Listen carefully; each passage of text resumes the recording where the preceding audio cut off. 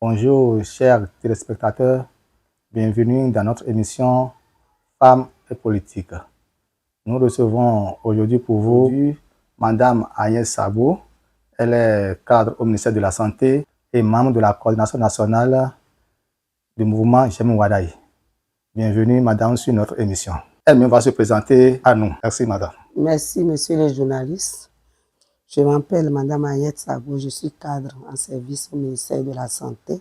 Je suis membre de la coordination nationale du mouvement J'aime Wadaï et présidente de la coordination des femmes amazones du mouvement J'aime Wadaï dans la commune de Sémékoudji. Alors, Madame la Présidente, dites-nous un peu quelles sont vos impressions après le discours du chef de l'État sur l'état de la nation, probablement son dernier discours et de son dernier mandat. À travers le discours du chef de l'État, j'ai eu un mouvement de satisfaction totale par rapport à ces discours, surtout en se basant sur le caractère de la simplicité de l'homme. Et il a utilisé une stratégie de questionnement qui renvoie au peuple de se conformer aux réalisations faites durant son mandat. Il a eu à faire tellement de choses. Et pourquoi personnellement le discours m'a impressionné? Il ne s'est pas basé sur les réalisations qu'il a faites. La stratégie de questionnement qu'il a utilisée était que le peuple même constate ce qui est évident dans le pays, comme il a eu à faire durant son quinquennat. Alors, qu'est-ce qui vous a personnellement marqué au cours de ces 10 ans que M. Patrice Talon, le président de la République, vient de faire au pouvoir? Ça fait que dans quelques mois, il va déposer le tablier à un autre. Maintenant, quelles sont les actions qu'il a menées qui vous ont tellement marqué? Les actions sont tellement nombreuses, tellement visibles sur le terrain, si bien que je ne peux pas du tout faire un point exhaustif. Mais néanmoins, je vais mettre l'accent sur quelques points clés, visibles, que tous les Béninois, qui rend à l'évidence à la vue de tous les Béninois, à savoir la dématérialisation au niveau de l'administration. Vous savez, en temps, on se basait sur les papiers, tu vas faire rapport, ces papiers. Maintenant, tout est dématérialisé. Tu fais. Et d'abord, je vais d'abord me baser sur un exemple palpable. L'installation des sites ministériels que le président y a fait. Je suppose dans mon bureau, je n'ai que mon ordinateur et ma table. Il n'y a pas de parapace, il n'y a rien. Et c'est un point fort par rapport, tel que les papiers nous encombraient au niveau des bureaux. Il y a au moins cette modification CRIA qui facilite la gestion à tout cadre dans n'importe quel ministère sur le territoire béninois aujourd'hui maintenant. Le deuxième point, c'est la refonte totale du système partisan. Vous vous rappelez, avant 2016, on avait au moins 400 et quelques partis politiques. Mais avec cette réforme, il a recadré les partis politiques. Il n'y a plus de nominations fantaisies. Les nominations sont basées sur les compétences. Les concours sont transparents aujourd'hui maintenant. Et je ne sais pas, hein. En temps, si tu es dans un parti politique, pour récompenser le parti, on nomme des cadres, on nomme des personnes à des postes qui ne sont pas capables d'assumer. Mais aujourd'hui, maintenant, avec la refonte du parti compétent, ou la refonte fondamentale, il y a les compétences qui sont mises en valeur. Alors, vous êtes cadre du ministère de la Santé. Quelles sont les actions que le chef de l'État a menées dans votre secteur précis? Au niveau du secteur de la santé, la première réforme que le chef de l'État a fait, ça a eu d'impact palpable, c'est la suppression des grèves perlées dans les centres de santé. C'est un point très fort. En temps, avec les grèves, il y a tellement de décès, il y a des morts. Cette réforme a amélioré beaucoup de choses au niveau de la population. Et aujourd'hui, maintenant aussi, s'il y a des décès, on audite. Il y a des audits de décès maternels, de n'importe quel décès néonatal, tous les décès sont audités. Quelle est la cause de la mort de la personne? En temps, ça passait inaperçu, mais aujourd'hui, maintenant, les médecins peuvent être convoqués dans les tribunaux pour tel acte, surtout pour une faute commise, une faute technique commise. C'est le premier point. Le deuxième point, c'est le plateau technique qui est en permanente amélioration. Le plateau technique est vraiment amélioré par rapport à ce qui se faisait avant.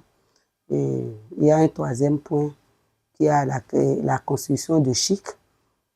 Avant, il y avait les évacuations. Avant que les évacuations ne se réalisent, tu vas voir la personne juste à la descente de l'avion, la personne peut rendre là. Mais avec l'installation de chic, il y a la prise en charge qui est beaucoup plus améliorée, qui est pompe. Et le dernier point qui m'a personnellement marqué, c'est le projet de l'assurance maladie pour le renforcement du capital, le projet H, qui est un projet qui permet de lutter contre la pauvreté.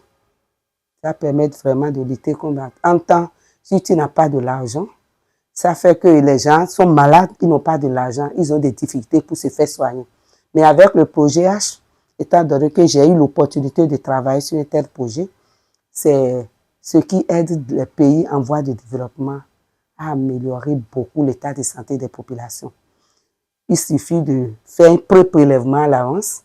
Si c'est 1000 francs, si c'est 2000 tous les mois, tu connais. Et le jour que tu sens le besoin de se faire soigner, le problème le truc financier ne se pose plus. Tu as la facilité de te rendre dans le centre de santé. Il suffit de présenter ça. Tu es pris en charge complètement du centre de santé jusqu'au niveau de chic aujourd'hui, tel que le projet est en train d'être structuré et la loi est déjà votée. Et bientôt, on y a travaillé sur les pauvres extrêmes. Bientôt, le secteur privé et le secteur public sera emballé dans le système. Donc, à vous entendre, il y a plus de majeurs au sein du système sanitaire béninois, surtout avec la construction des CHT. Tout n'est pas rose, monsieur le journaliste, tout n'est pas rose, mais le grand pas est affranchi. Tout n'est pas rose. Et le système de la santé aujourd'hui, il y a une nette amélioration qui est criard, qui est visible sur le terrain. Aujourd'hui, il y a des agents de santé qui sont en prison pour un mauvais accueil. Et j'ai des cas palpables que je peux citer. Mais je ne peux pas me mettre à les citer ici, compte du temps qui nous est imparti. Et l'accueil au niveau des centres de santé, il y a d'amélioration. Tout n'est pas rose, mais quand même, il y a une nette amélioration et tout le monde est conscient de ça. Ok, merci madame. À vous entendre, on a l'impression que tout est rose quand même sous le régime du président Patrice Talon. Vous savez, on ne peut pas dire que tout est rose. Quand il reste à faire, rien n'est encore fait. L'essentiel est fait, c'est surtout ça. L'essentiel, et il n'est pas permis à une seule personne de faire tout dans les pays. Le chef de l'État va essayer de faire ce qu'il peut et il va laisser la main à son successeur qui a l'obligation de corriger ce qu'il n'a pas pu faire, surtout sur le plan sanitaire. Donc, en tant que femme, le chef de l'État a aussi engagé quand même des actions au profit des femmes. Et quelles sont les appréhensions, qu'est-ce que vous avez aussi marqué dans le domaine de la femme en passant par les microcrédits et l'INF, les violences, tous les chefs de l'État ont quand même fait des choses qui vous ont aussi marqué. Vous savez, le chef d'État, c'est au cours du mandat du chef de l'État que la promotion de l'approche genre a été mise en valeur. En temps, si tu vois les nominations, les femmes sont très rares. Mais avec ce gouvernement, il y a l'institution de l'IEPS, l'Institut de la femme. Et toutes les plaintes des femmes sont prises en compte avec une satisfaction terrible. Parce que j'ai eu à gérer beaucoup de cas. Il y a des cas de ministère, par exemple des viols. Il y a même un cas palpable sur lequel je suis en train de travailler maintenant. Il y a une fille qui faisait à Tchéou et monsieur l'a convaincu à quitter ce boulot. Et le monsieur l'a enceinte, il a disparu.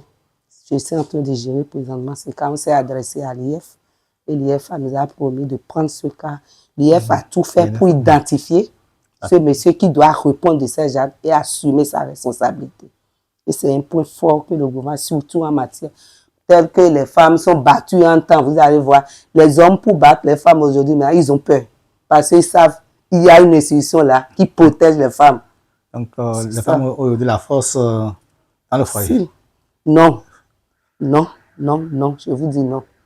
Dans le foyer, la femme est complémentaire à l'homme et la femme a l'obligation d'être soumise à son mari.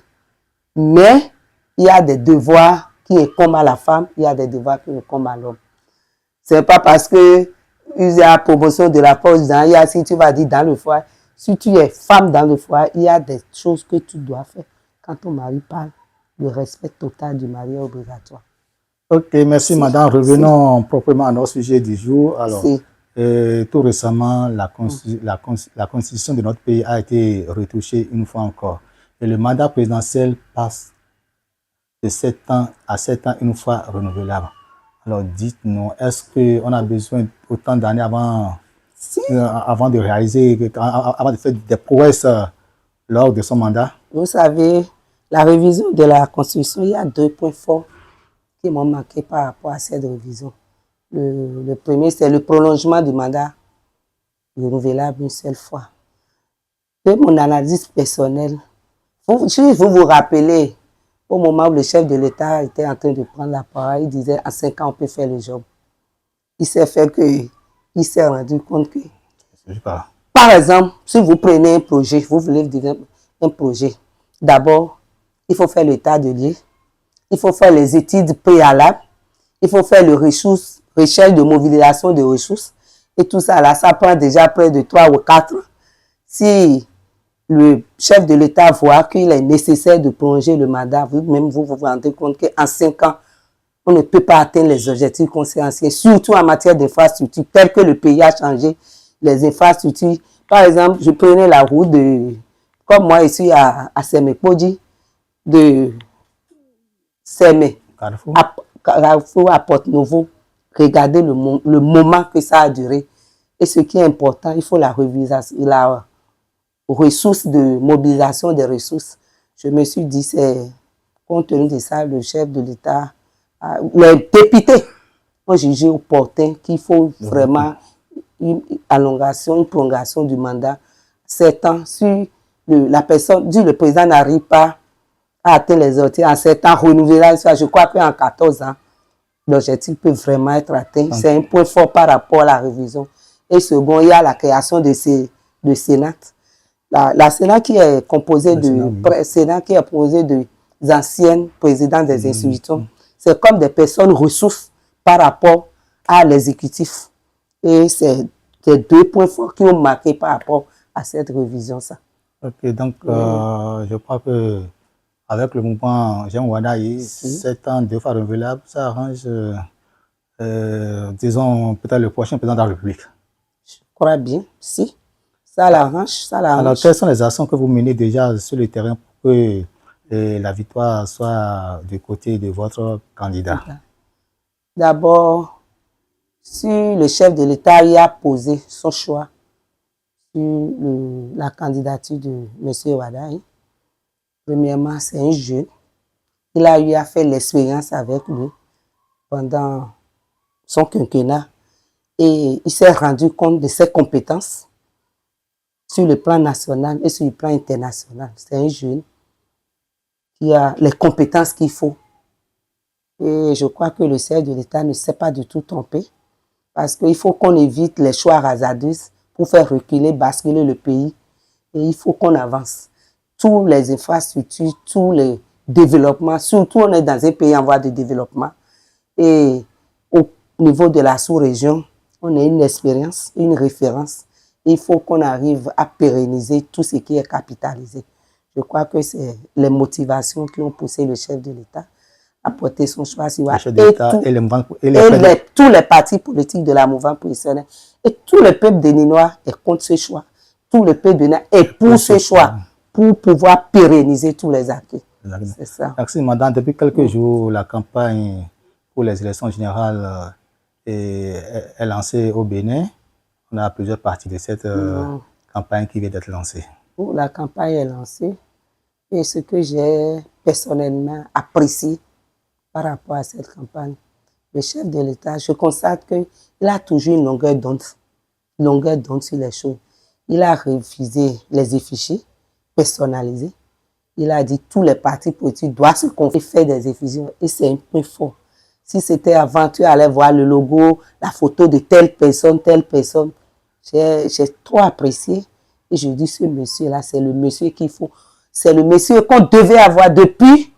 Et Dieu a jugé que c'est au moment opportun, le moment où il fera vraiment faire réveiller le Bénin, qu'il est venu prendre le pouvoir. Ok, merci madame. Nous sommes pratiquement à la fin de l'année. Et dans quelques jours, nous allons rentrer dans une nouvelle année. Est-ce que vous avez des souhaits à faire à l'endroit de vos parents, amis, collègues, de vos militants du mouvement Jeune Wadayi? Est-ce que vous avez un appel à lancer à l'endroit de ces personnes-là? Pour terminer mes propos, je souhaite une bonne chance, santé robuste, surtout au chef de l'État, pour son engagement pour ce pays. C'est l'homme courageux, son audace à la tête de ce pays.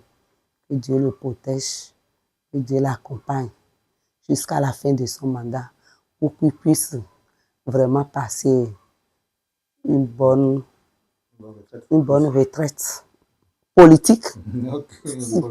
En dehors de ça, j'ai un mot à l'endroit du duo Talata et M. Wadayi, santé robuste, une réussite. Je lui dis qu'on est là pour l'accompagner, de ne pas avoir peur. Tout le peuple béninois est derrière lui, en particulier les femmes, et spécifiquement les femmes de la commune de Sémékodi. Et une bonne santé à tout le monde en général, vous les journalistes, tout le peuple béninois, ma famille et tout le monde. Santé robuste. Et merci à nos spectateurs de nous avoir suivis. Nous vous donnons rendez-vous pour une autre fois dans la même émission. Merci.